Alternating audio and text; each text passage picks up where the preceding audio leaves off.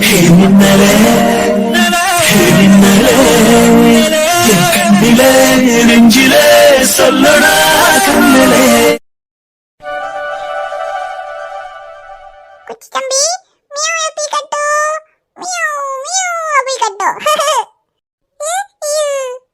அம்மா அப்படோ பாவ் பாவ் எப்படி கட்டு பாவ் பாவ் அப்படி கட்டு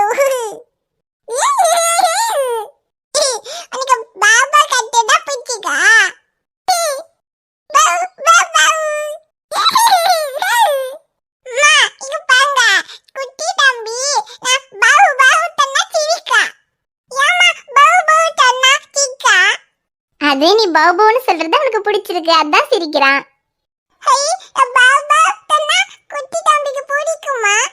பாபுன்னு இல்ல இந்த மாதிரி நீ அவன் கூட விளையாண்டாலே அவனுக்கு பிடிக்கும். அவன் இப்படி ஜாலியா சிரிப்பான். ஆனா நீ எங்க அவன் கூட விளையாடுற? இந்த வீட்டுக்கு வந்ததுல இருந்து எப்ப பார்த்தாலும் பேபி பேபின்னு உன் மாமன் கூடயே இருக்க. ஏதோ இப்ப அவன் கொஞ்ச நாளா ஆபீஸ்க்கு போறதுனால அந்த நேரத்துல இவன் கூட விளையாடுற. இல்லனா இப்ப கூட இவன் கூட விளையாட வந்திருக்க மாட்டேன். இல்ல எப்பற குட்டி தம்பி கூட விளையாட வருவா. ஆனா நான் வரும்போதெல்லாம் அவன் இங்க இருக்கவே மாட்டான். அங்க பெரியம்மா கூடயே தானே இருப்பான். அப்ப எப்படி நான் விளையாண்டது? பெரியம்மா கூட இருந்தா என்ன? நீ அங்க போய் விளையாடணும். அங்க போக மாட்டேன். பயமா இருக்கும். எதுக்கு பயம்? அவங்க உன்னை என்ன பண்ண போறாங்க? அவங்களும் அம்மா மாதிரி தானே. நான் உன்கிட்ட சொல்லியிருக்கேன் அபி, அவங்க அம்மாவோட அக்கா, உன்னோட பெரியம்மா. நீ அம்மா கிட்ட எப்படி பேசுறியோ, அம்மா கிட்ட என்னெல்லாம் கேக்குறியோ எல்லாம் நீ அவங்க கிட்டயும் கேட்கலாம். அம்மா உன்னை பாத்துக்கிற மாதிரி அவங்களும் உன்னை பாத்துக்குவாங்க. இல்ல அவங்க என்ன பாத்தே மாட்டாங்க. அவங்க குட்டி தம்பி மட்டும் தான் பாப்பாங்க. அப்படியெல்லாம் இல்ல அபி, அவங்களுக்கு அகில் குட்டியை ரொம்ப பிடிக்கும். அதனால எப்பவுமே கூடயே வச்சுக்கிறாங்க. அதே மாதிரி உன்னையும் பிடிக்கும். நீ போய் அவங்க கிட்ட பேசினா அவங்க உன்கிட்டயும் நல்லா பேசுவாங்க. இல்ல போக மாட்டேன். இன்னும் போக மாட்டேன். அபி அப்படி சொல்லக்கூடாது. அவங்க உன் பெரியம்மாடா. எங்க அதுக்குள்ள ரெடி ஆயிட்டீங்களா? ஐயோ ஹாஸ்பிட்டலுக்கு நேரம் ஆச்சாங்க. நான் அகில பார்த்துட்டு அப்படியே இருந்துட்டேன். இருங்க வந்து சாப்பாடு எடுத்து வைக்கிறேன். இல்ல ஷைலு இரு, அம்மாச்சி சாப்பாடு எடுத்து வச்சாங்க, நான் சாப்பிட்டுட்டேன். ஓ அம்மாச்சி சாப்பாடு எடுத்து வச்சுட்டாங்களா? அப்ப சரிங்க. அப்புறம் என்ன இவ்வளவு நேரம் ஆகியும் அகில் இங்க நம்ம ரூம்லயே இருக்கான்? ஏன் உன் அக்கா அகில தேடி வரலையா? எப்பவுமே நைட் அவங்க தூங்கினதுக்கு அப்புறம் அகில தூக்கிட்டு வருவ, காலையில விடிஞ்சு அவங்க எந்திரிச்சதுமே அகில் எங்கன்னு தேடிட்டு வந்துருவாங்க. இன்னைக்கு இவ்வளவு நேரம் ஆகியும் அகில் இங்கே இருக்கான். அக்கா அகில கேட்டு வந்தாங்க. அப்புறம் அபியும் அகிலும் விளையாடிட்டு இருந்தாங்களா, சரி ரெண்டு பேரும் விளையாடட்டும்னு சொல்லிட்டு போயிட்டாங்க. ஆனா இப்போ பரவாயில்லங்க. முன்னாடியெல்லாம் அக்கா அகில நம்ம யார்கிட்டயுமே கொடுக்க மாட்டாங்கல்ல. ஆனா இப்போ என்கிட்ட அம்மாச்சி கிட்டலாம் ஏதாவது சொல்லி கேட்டா கூட கொடுத்துடுறாங்க. நீங்க சொன்ன மாதிரி கொஞ்ச நாள் ஆக ஆக அவங்களுக்கு நம்ம அகிலையும் சிவாவையும் பார்க்கும்போது இது நம்ம சிவா இல்ல, சிவா வளர்ந்துட்டாங்கிற விஷயம் கொஞ்சம் கொஞ்சமா புரியுதுன்னு நினைக்கிறேங்க. ஆமா ஷைலு, நானும் அவங்கள ரீசெண்டா செக் பண்ணி பார்த்ததுல அவங்க கிட்ட கொஞ்சம் மாற்றம் தெரியுது. அவங்க கொஞ்சம் கொஞ்சமா அந்த பழைய ஞாபகத்துல இருந்து வெளியே வர ஆரம்பிச்சிருக்காங்க.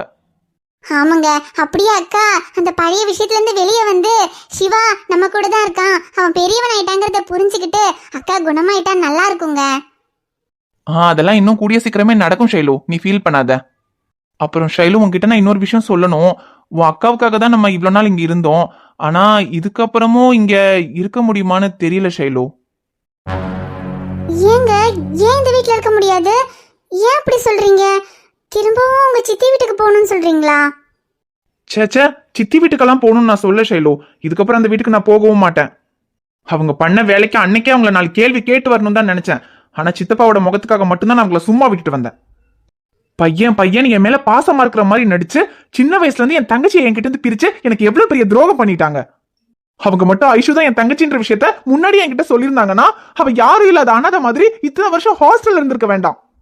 அம்மா அப்பா இல்லைன்னா என்ன, என் தங்கச்சியை நான் ராணி மாதிரி பார்த்திருந்திருப்பேன். ஆனா அவங்களும் அவ மேல பாசம் காமிக்காம என்னையும் அவ மேல பாசம் காட்ட விடாம எனக்கும் ஐஷுக்கும் எவ்வளவு பெரிய துரோகத்தை பண்ணிருக்காங்க. எனக்கு உண்மை தெரிஞ்சதும் அவங்க மேல வந்த கோவத்துக்கு அவங்கள சும்மா விட்டுட்டு வரக்கூடாதுன்னு தான் நினைச்சேன். அப்புறம் என்னதான் இருந்தாலும் சித்தப்பா சின்ன வயசுல இருந்தே எங்களை பாசமா தான் பாத்துக்கிட்டாரு. அவருக்காக மட்டும்தான் நான் அமைதியா வந்தேன். அவங்களால இத்தனை வருஷம் தான் பாவ ஐஷு தனியா ஹாஸ்டல்லே இருந்து கஷ்டப்பட்டுட்டா. ஆனா இதுக்கப்புறம் அவ கஷ்டப்படக்கூடாது, அவ சந்தோஷமா இருக்கணும். இப்ப கூட அவளுக்காக தான் ஷைலு நம்ம இந்த வீட்டை விட்டு போலான்னு சொல்றேன். ஏன்னா நம்ம இங்க இருக்கிறதுனாலதான் ஷைலு அவ ஹாஸ்டல்ல இருக்கா. நம்ம திரும்ப நம்ம பழைய வீட்டுக்கே போயிட்டோம்னா அவ நம்ம கூட நம்ம வீட்டுக்கு வந்துருவா. ஆனா நம்ம இங்க இருந்தா அவ கண்டிப்பா இங்க வரமாட்டா ஷைலு. அதுக்காக தான் சொல்றேன். எனக்கு புரியுதுங்க. ஒரு வயசு பொண்ணை இப்படி ஹாஸ்டலே தங்க வைக்கிறதுல எனக்கும் விருப்பம் இல்லதான். அக்கா அகில விட்டு இருக்க மாட்டாங்கன்றதுனால தான் நம்ம இங்கேயே இருக்கலாம்னு சொன்னேன். அப்புறம் அக்கா இப்பதான் கொஞ்சம் கொஞ்சமா இது சிவா இல்ல அகில்னு புரிஞ்சுக்க ஆரம்பிச்சிருக்காங்க. எங்க கிட்டலாம் குழந்தைய கொடுக்கவும் ஆரம்பிச்சிருக்காங்க. ஒரு கொஞ்ச நாள் இப்படியே அவங்க கிட்ட இருந்து கொஞ்சம் கொஞ்சமா அகில கூட்டிட்டு வந்து இங்கேயே வச்சிருந்தா அப்படியே அவங்களும் பழகிருவாங்க. அதுக்கப்புறம் நம்ம எப்படியாவது அவங்களுக்கு சொல்லி புரிய வச்சுட்டு இந்த வீட்டை விட்டு நம்ம பழைய வீட்டுக்கே போயிடலாங்க. அதுக்கு ஒரு வாரம் 10 நாள் மட்டும் டைம் கொடுத்தீங்கன்னா அதுக்குள்ள நான் அக்காவுக்கு எப்படியாவது சொல்லி புரிய வச்சிடுறேங்க. சரி ஷைலு, நீ சொல்ற மாதிரி அவங்கள கஷ்டப்படுத்திட்டு போறதுக்கு எனக்கும் விருப்பம் இல்ல. அவங்க கொஞ்சம் புரிஞ்சுக்கிட்டாங்கன்னா போதும். நீ எப்படியாவது இப்படி கொஞ்சம் நேரம்லாம் அகில உன்கிட்டயே கொண்டு வந்து வச்சுக்க. அப்பதான் அவங்களும் கொஞ்சம் பழகுவாங்க. சரிங்க. அவங்க கொஞ்சம் சரியாயிட்டாங்கன்னா அப்புறம் நம்ம வீட்டுக்கே போயிடலாங்க. ஐயோ டைலகண்ணே, ஐயோ மாப்பிள்ளை, நீங்க இன்னும் ஆஸ்பத்திரிக்கு போகலையா? நான் ஹாஸ்பிட்டலுக்கு போறது இருக்கட்டும், நீங்க எதுக்கு இப்படி வயசான காலத்துல பதறி அடிச்சுட்டு ஓடி வரீங்க? எங்கேயாவது விழுந்து தொலைச்சிங்கன்னா அப்புறம் நீங்க தான் ஹாஸ்பிட்டலுக்கு வர வேண்டி வரும். ஐயோ மாப்பிள்ளை நேரங்காலம் புரியாம காமெடி பண்ணிக்கிட்டு இருக்காரே. விஷயம் தெரிஞ்சா சீரியஸ் ஆயிடுவாரே. அம்மாச்சி என்னாச்சு? எதுக்கு இப்படி பதட்டமா வரீங்க?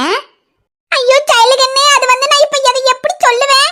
அது வந்து என்ன வந்து போய் இழுத்துக்கிட்டு இருக்கீங்க? நீங்க வந்து பதட்டத்தை பார்த்தா எங்களுக்கு தான் பதறுது. என்ன எதுன்னு சீக்கிரமா சொல்லுங்க.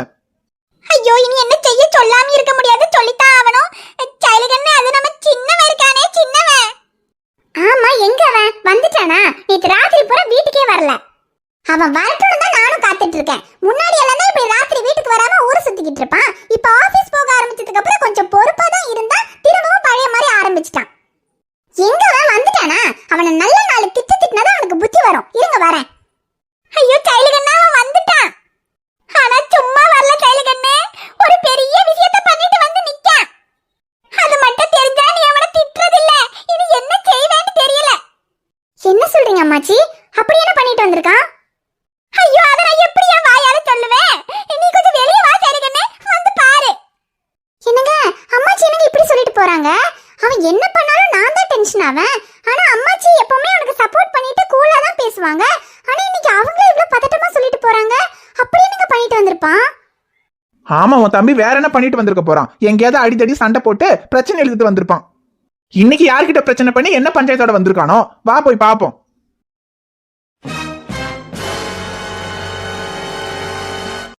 டேய் என்னடா இதெல்லாம்? ஐஷு கழுத்துல தாலி. டேய் அவ கழுத்துல தாலி கட்டி அவளை கல்யாணம் பண்ணிட்டியா? எதுக்கு இப்படி அவசரப்பட்டு அவ கழுத்துல தாலி கட்டி கூட்டிட்டு வந்திருக்க? அக்கா என்ன மன்னிச்சிருக்கா. நான் ஏன் இப்படி பண்ணேன்னு உங்ககிட்ட சொல்றேன் இரு. மாமா நீங்களும் என்ன மன்னிச்சிருங்க மாமா. நான் ஐஷு கழுத்துல தாலி கட்டிட்டேன். ஆனா நான் ஏன் அவ கழுத்துல தாலி கட்டினேன்னு உங்ககிட்ட சொல்றேன். கொஞ்சம் பொறுமையா கேளுங்க மாமா. என்னடா பொறுமையா கேட்கணும்? பொறுக்கி நாயே, என் தங்கச்சியோட வாழ்க்கை இப்படி அநியாயமா கெடுத்துட்டியாடா. அவதான் உன்னை பிடிக்கல, உன்னை கல்யாணம் பண்ணிக்க விருப்பம் இல்லைன்னு சொல்லிட்டாளே. அதையும் மீறி எதுக்குடா கட்டாயமா அவ கழுத்துல தாலி கட்டின? ஐயோ மாமா, நான் சொல்றத கொஞ்சம் கேளுங்க மாமா. என்னடா சொல்ல போற? என் தங்கச்சியோட வாழ்க்கை கெடுத்துட்டு இன்னும் என்னடா சொல்ல போற? இதுக்கு மேலே உன்னை சும்மா விட்ட நல்ல ஆம்பளையே இல்லடா. மாமா நீங்க கொஞ்சம் பொறுமையா இருங்க. டேய் ஏன்டா இப்படி பண்ண? உன் மேல நான் எவ்வளவு நம்பிக்கை வச்சிருந்தேன். இப்படி ஒரு காரியத்தை பண்ணிட்டு வந்திருக்கியேடா. எதுக்குடா இப்படி பண்ண? அக்கா நீயும் மாமாவும் மாதிரி புரியாம பேசாத. நான் ஒன்னும் காரணம் இல்லாம இப்படி பண்ணலக்கா. என்னடா காரணம்? உன் காரணமும் தேவையில்லை, ஒரு மண்ணும் தேவையில்லை. என் தங்கச்சி வாழ்க்கையை கெடுத்துட்டலடா. உன்னை நான் சும்மா விட போறது இல்லடா. ஐயோ மாப்பிள்ளை, என் பேரனை எதுவும் செஞ்சிராதீங்க மாப்பிள்ளை. அவன் காரணம் இல்லாம எதுவும் செய்ய மாட்டான். அவன் இப்படி செஞ்சிருக்கானே ஏதாவது காரணம் இருக்கும். அவன் என்ன ஏதுன்னு கேப்பா மாப்பிள்ளை, கொஞ்சம் பொறுமையா இருங்க. ஐயோ என் சின்னவனே, என்னலே இது? எதுக்குலே இப்படி அவசரப்பட்டு இப்படி ஒரு காரியத்தை பண்ணிட்டு வந்து நிக்க? நீ அந்த பிள்ளைய விரும்புறீங்கன்னு சொன்னா வீட்லயே உனக்கு கல்யாணம் பண்ணி வச்சிருப்பாவளே. அதுக்குள்ள எதுக்குலே இப்படி அவசரப்பட்டு அந்த பிள்ளைய கல்யாணம் பண்ணி கூட்டியாந்திருக்க? மாப்பிள்ளை, அதாவது ரெண்டு பேரும் ஏற்கனவே காதலிக்கிறாவோன்னு நமக்கு தெரியுமே மாப்பிள்ளை. ஆனா இப்போ யாருக்கு தெரியாம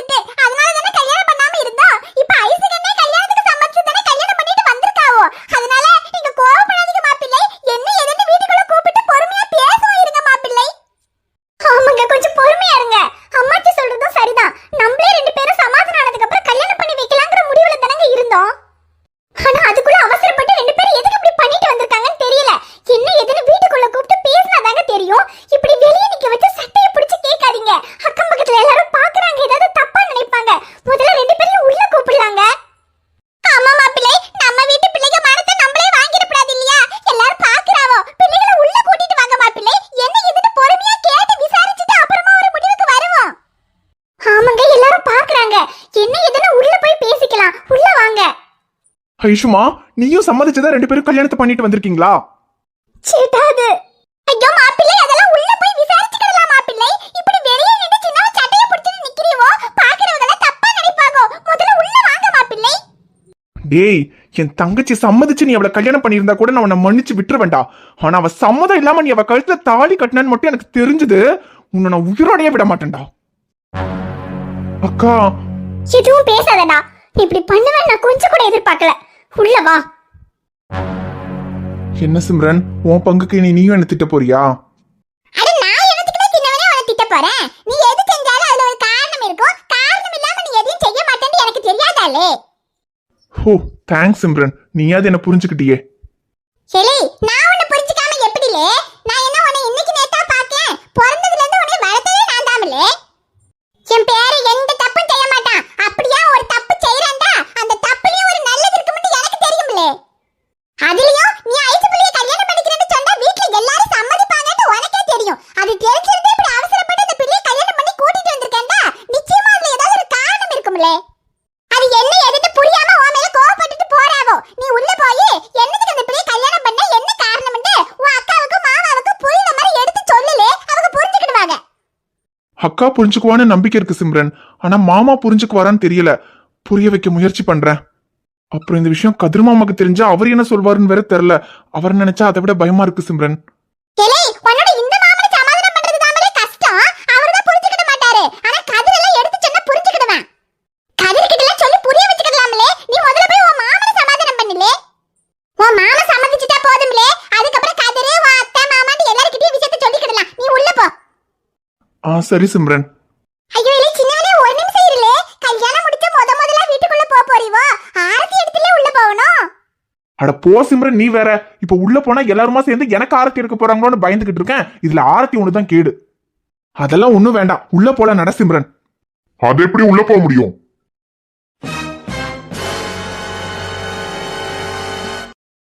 கல்யாணம் பண்ணிட்டு ஜோடியா வந்திருக்காங்க, அது எப்படி ஆரத்தி எடுக்காம உள்ள போக முடியும்? அதானே, என்னப்பா சிவா இதெல்லாம்? ஐயோ ஏட்டி மருமவளே, அது சின்னவன் ஏதோ அவசரப்பட்டு தாலி கட்டி கூட்டியாந்துட்டான். அது என்ன ஏதுன்னு உனக்கு நான் பொறுமையா சொல்றேன்டி மருமவளே. ஒன்னும் பிரச்சனை இல்லத்த, எனக்கு புரியுது. அவன் அந்த பொண்ணை விரும்பி தாலி கட்டி கூட்டிட்டு வந்திருக்கான். ஆனா என்ன, எல்லார்கிட்டயும் சொல்லியிருந்தா நம்மளே கல்யாணம் பண்ணி வச்சிருப்போமே. ஐயோ ஆமாட்டி மருமவளே, வீட்டுல சொல்லியிருந்தா நம்மளே கல்யாணம் பண்ணி வச்சிருப்பேன் தான். இருந்தாலும் அவன் ஏதோ அவசரப்பட்டு தாலி கட்டி கூட்டியாந்துட்டான். அவனுக்கு என்ன பிரச்சனையோ? சரி, என்ன இருந்தாலும் பரவாயில்ல. எங்ககிட்ட சொல்லாம கல்யாணம் பண்ணி தான் கூட்டிட்டு வந்துட்ட. ஆனா அதுக்காக நாங்க எங்களோட கடமையை செய்யாம இருக்க முடியுமா சிவா? என்ன இருந்தாலும் நீ இந்த வீட்டு பையன். நீ கல்யாணம் பண்ணி கூட்டிட்டு வந்திருக்கிறது இந்த வீட்டு மருமக. இந்த வீட்டு மருமகளை அப்படியெல்லாம் சும்மா உள்ள கூட்டிட்டு போயிட முடியாது. ஆரத்தி எடுத்து தான் உள்ள கூட்டிட்டு போகணும். சிட்டி மருமவளே, கல்யாணம் பண்ணி வந்த பிள்ளைவள ஆரத்தி எடுக்காம உள்ள கூட்டிட்டு போறமேன்னு வருத்தமா இருந்துச்சு பாத்துக்க. ஆனா விஷயம் தெரிஞ்சு கோவப்பட வேண்டியவங்க கோவப்படாம ஆரத்தி எடுத்து பிள்ளைகளை உள்ள கூப்பிடணும்னு ஆரத்தியோட வந்திருக்கியே. என் மவ அபிராமி இருந்திருந்தா இப்ப என் பேரனுக்கு என்ன செஞ்சிருப்பாளோ, அதை நீ செஞ்சுட்ட. என் மனசுக்கு ரொம்ப சந்தோஷமா இருக்குடி மருமவளே. என்னத்த நீங்க, சிவா எனக்கு மருமக மட்டும் இல்ல, அவன் எனக்கு மகனும் கூட. நீங்க உள்ள போங்கத்த, நான் உங்களுக்கு ஆரத்தி எடுத்து உள்ள கூட்டிட்டு வரேன். சரிடி மருமவளே, ஆரத்தி எடுத்து பிள்ளைகளை உள்ள கூட்டிட்டு வா. என்னப்பா சிவாது, இத்தனை வருஷம் கழிச்சு இந்த வீட்டுக்கு வந்திருக்க. உன்னோட கல்யாணத்தை எல்லாருமா சேர்ந்து எவ்வளோ சிறப்பா பண்ணணும்னு ஆசைப்பட்டோம். ஆனா இப்படி யாருக்கும் தெரியாம கல்யாணம் பண்ணிட்டு கூட்டிட்டு வந்திருக்கியப்பா. அத்தை, நான் அவசரப்பட்டு கல்யாணம் பண்ணணும்னு நினைக்கல அத்தை. என்ன பண்ண வச்சுட்டாங்க. சரி பரவாயில்ல விடுப்பா சிவா. என்ன, இந்த வீட்ல கதிரோட கல்யாணத்தையும் பெருசாலாம் பண்ணல. ஏன்னா அமுதாக்கு உடம்பு சரியில்லாம இருக்கிறதுனால எல்லாரையும் கூப்பிட்டு பண்ணல. வீட்லயே கோயில வச்சு சிம்பிளா முடிச்சிட்டோம். ஆனா நீ இந்த வீட்டோட வாரிசு, உன் கல்யாணத்தை எல்லாரையும் கூப்பிட்டு ரொம்ப சிறப்பா பண்ணணும்னு ஆசைப்பட்டோம். ஆனா இப்படி நீ சிம்பிளா முடிச்சிட்டியே, அதுதான்ப்பா கொஞ்சம் வருத்தம், வேற ஒன்றும் இல்ல. சரி, அதனால என்ன, தாலி கட்டி தானே கூட்டிட்டு வந்திருக்க. இனி முறைப்படி நடக்க வேண்டிய எல்லா காரியத்தையுமே சிறப்பா பண்ணிட்டா போச்சு. அம்மாடி மருமகளே, எதுக்குமா அழற? நீ இந்த வீட்டு மாப்பிள்ள அன்போட தங்கச்சி தான் கேள்விப்பட்டேன். உன் அண்ணனும் இந்த வீட்டில் தானே இருக்காரு, அப்புறம் எதுக்குமா அழற? என்னடா அவசரப்பட்டு கல்யாணம் பண்ணிட்டோமே, வீட்டில் யாராவது ஏதாவது சொல்லுவாங்களோன்னு பயப்படுறியா? பயப்படாதம்மா, இதுக்கப்புறம் இது உன் வீடு, நீ இந்த வீட்டு மருமக. எதுக்கும் பயப்படாத, தைரியமா இரு. நாங்க எல்லாரும் இருக்கோம், உன்னை நல்லா பாத்துக்குவோம். அப்புறம் இங்க பாருமா, நீ எங்க சிவாவோட பொண்டாட்டி, இந்த வீட்டு மருமக, இந்த வீட்டுக்கு இருக்கிற ஒரே மருமக, இந்த வீட்டோட மகாராணி. இதுக்கப்புறம் நீ எதுக்காகவும் அழக்கூடாது. நாங்க உன்னை அழவும் விட மாட்டோம். அழாதம்மா, ஆரத்தி எடுக்கும்போது அழக்கூடாது. கண்ணத்தோட ஊரு கண்ணு, உறவு கண்ணு, நாய் கண்ணு, பேய் கண்ணு, எல்லா கெட்ட கண்ணும் பொடியா போட்டும். மடி மருமகளே, இதுக்கப்புறம் இந்த வீட்ல எங்க சிவாவோட சந்தோஷமா 100 வருஷம் ஒன்னா வாழ போற. அதனால மனசுல நல்லதே நடக்கணும்னு நினைச்சுக்கிட்டு வலது கால் எடுத்து வச்சு உள்ள வாமா.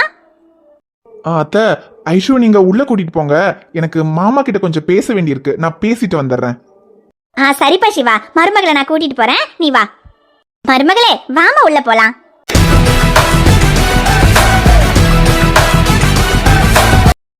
என்ன மாமா, கால் இல்லாம வருவான்னு பார்த்தா கடைசியில கல்யாணத்தையே பண்ணிட்டு வந்திருக்கானேன்னு பாக்குறீங்களா? ஐயோ மாமா, கல்யாணம் பண்ணிக்கிற பிளான் என் லிஸ்ட்லயே இல்ல. ஆனா யாரோ போட்ட பிளான் நமக்கு செட் ஆயிடுச்சுங்கிற மாதிரி கடைசியில கல்யாணம் பண்ண வேண்டியதா போயிருச்சு மாமா. சரி பரவாயில்ல விடு மருமகனே, கல்யாணம் தானே பண்ணிருக்க, பாத்துக்கலாம் விடு. பாருங்க மாமா, நீங்க பாக்கணுங்கிறதுக்காக தான் அவளை கல்யாணம் பண்ணி வீட்டுக்கே கூட்டிட்டு வந்திருக்கேன். ஏன்னா அவ வெளியே இருந்தா உங்களுக்கு கஷ்டம் இல்ல மாமா. வீட்லயே இருந்தா தானே அவ கதையை முடிக்க வசதியா இருக்கும். என்ன மாமா, எனக்கு எதுவும் தெரியாதுன்னு நினைக்கிறீங்களா? என் காலை உடைக்கிறதுக்கு அவ கதையை முடிக்கிறதுக்கு ஆள் அனுப்புனது நீங்க தான் எனக்கு தெரியும் மாமா. ஆனா ஒன்னும் பயப்படாதீங்க, நான் யாருக்கிட்டையும் சொல்ல மாட்டேன். அப்புறம் இப்பதான் எனக்கு தெரிஞ்சு போச்சே, அதனால இதுக்கப்புறம் என்கிட்ட தெரியாம மோதணும்னுலாம் நீங்க நினைக்க வேண்டாம்.